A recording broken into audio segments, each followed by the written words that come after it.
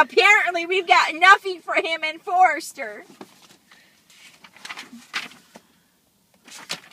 Oops. Who says that's awful? L. Oh, L. That's awful. You knew it is.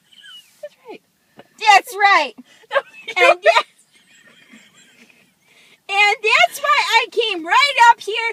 As soon as I seen Rob go right past my place, I knew he was headed this way.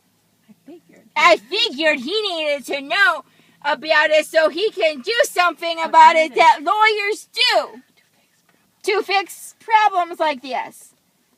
Look, Evelyn, this is all very sad, but there's nothing I can do. That's why we have public services in place, to help people in need. You'll see. They know best. You've got to be kidding me, right? You didn't just tell me that some services is going to fix a problem. Take care of a scared little boy with nowhere to go. Rob Larson, I am shocked at you. Now, wait a second. No, you wait here, Mr. Big Shot Lawyer.